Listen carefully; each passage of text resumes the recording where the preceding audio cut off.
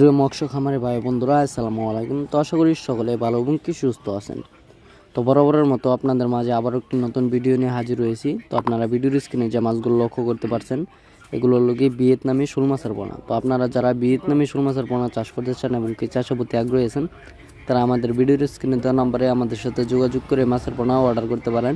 আমরা সারা বাংলাদেশে হোম ডেলিভারির মাধ্যমে পৌঁছে দিয়ে থাকি এবং কি আপনারা চাইলে আমাদের লোকেশন মতো এসে দেখে শুনে মাছগুলো যাচাই বাছাই করে সংগ্রহ করতে পারেন।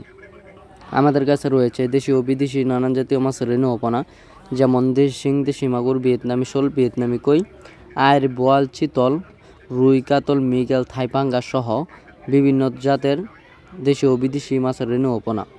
তো আপনারা যারা এই ভিয়েতনামি শোল মাছের পোনাগুলো এককভাবে পুকুরেতে চাষ করতে চান, তারা অবশ্যই এই মাছগুলোকে ফিড খাবার খাইয়ে চাষ করতে পারবেন।